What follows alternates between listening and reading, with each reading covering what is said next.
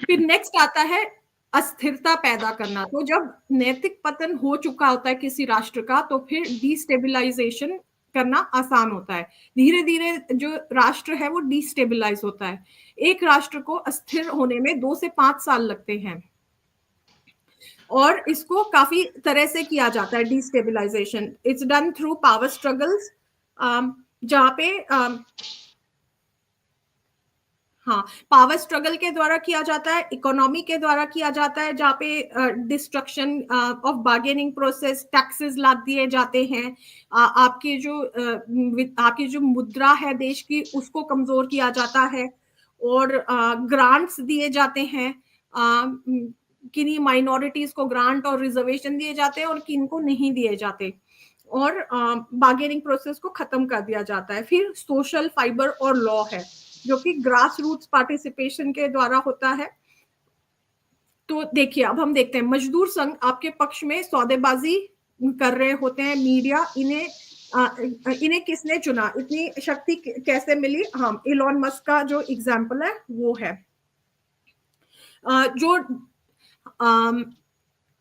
1 जून जो समाज में विशेषाधिकार प्राप्त वर्ग बन बैठा है। सत्ता की संरचनाएं उन लोगों के द्वारा नष्ट की जा रही हैं जिन्हें जनता की इच्छा से कभी चुना ही नहीं गया। अब आप देखिए अमेरिका में इलॉन मस्क क्या कर रहा है, वो डोज का वो कर रहा है, एफिशिएंसी ला रहा है, वो ठीक है, बट उसमें से एक्चुअली कितनी एफिशिएंसी है और कितनी एफिशिएंसी और कितनी जबरदस्ती की काट छाट है वो समय बताएगा, ठीक है। और मुझे तो कहीं ना कहीं ये भी लगता है कि अमेरिका को उनके मोदी जी अब मिल गए हैं, क्योंकि अमेरिका को लग रहा है कि अब सब चमत्कार हो जाने वाला है, और वो हाइटेंड स्टेट में है कि बहुत चमत्कार हो जाएगा, and Trump is going to really make America great again. और वो उनकी जो डिफेंस है उसकी भी, उसमें मैंने सुना है कि उसमें भी काफी कट्स लाने वाला है। तो वो उनकी सिक्योरिटी को वीक कर रहा है, और साथ ही कितने सारे टैरिफ्स लगा दिए हैं। तो खैर वो तो अमेरिका की बात है, वो अपना जाने।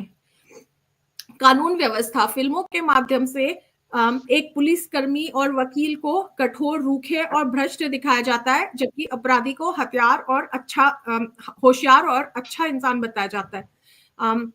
तो ये किया जाता है। फेमिनिज्म, समानता, तो ये जो सारे सोशल इक्वालिटी के जो मीन्स हैं उसके बारे में बताया। तो ये इसमें केजीबी क्या कहता है, लोगों को वो लोग यदि विरोध करते हैं तो उन्हें करने दो, और वो खुद ही अपने देश को नष्ट कर देंगे। अपने संसाधन खर्च मत करो। तो जो सबवर्टर होता है वो कहता है यदि लोग अपने ही देश को असंतुष्ट होकर के खराब कर रहे हैं तो करने दो, अच्छा है उनको। तो यदि वो आग लगाना चाहते हैं तो उन्हें माचिस पकड़ा दो, आपको अपना ज्यादा खर्च नहीं करना कुछ। अर्थव्यवस्था, कानून व्यवस्था और सेना को हिलाकर रख दो, तो ये लोग खुद करेंगे, वो स्टेज आ जाएगी, आपको कुछ नहीं करना।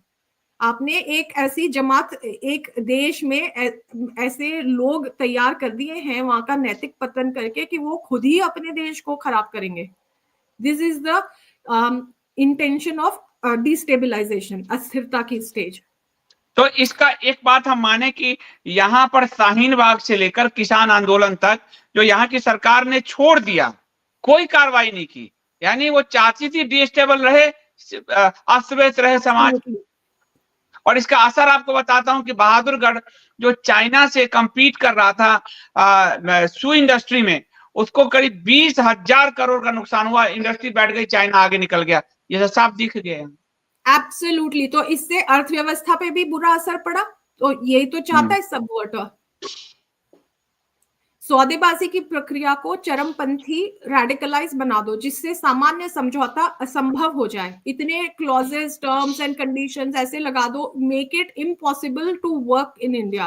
तो जितनी भी जो फॉरेन इन्वेस्टमेंट्स की कंपनीज आना चाहती हैं, ईज ऑफ बिजनेस नहीं है ना, तो ईज ऑफ बिजनेस हटा दो।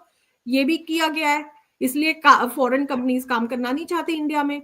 हर जगह लड़ाई झगड़ा, हड़तालें, आंदोलन हो, समस्याओं के समाधान पर जनता का नियंत्रण, कंट्रोल छिन जाए, कि कोई सोल्यूशन, जनता के हाथ में कोई सोल्यूशन करने की शक्ति ही ना रहे, ये स्थिति आ जाए। तो जो आगे हमारा जो आने वाला फ्यूचर है, या हो सकता है हम ऑलरेडी वहीं पे हैं। अब मैं ये आप सबके ऊपर छोड़ूंगी कि आप मुझे बताएंगे after we have had this discussion के आप बताएं कि हम कौन सी स्टेज पे हैं, ठीक है।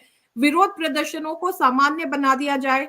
अच्छा, एक और है फैशन फैड्स की सेल सेल सेल, कितने विज्ञापन हमने देखे होंगे, 25% ऑफ है। अब लोग जो है वो क्योंकि फैशन फैड एक स्टेटस सिंबल बना दिया गया है कि आईफोन चाहिए भाई सबको, तो लोग लोन ले ले करके आईफोन ले रहे हैं, तो वो हाँ हाँ ज्यादा हाँ।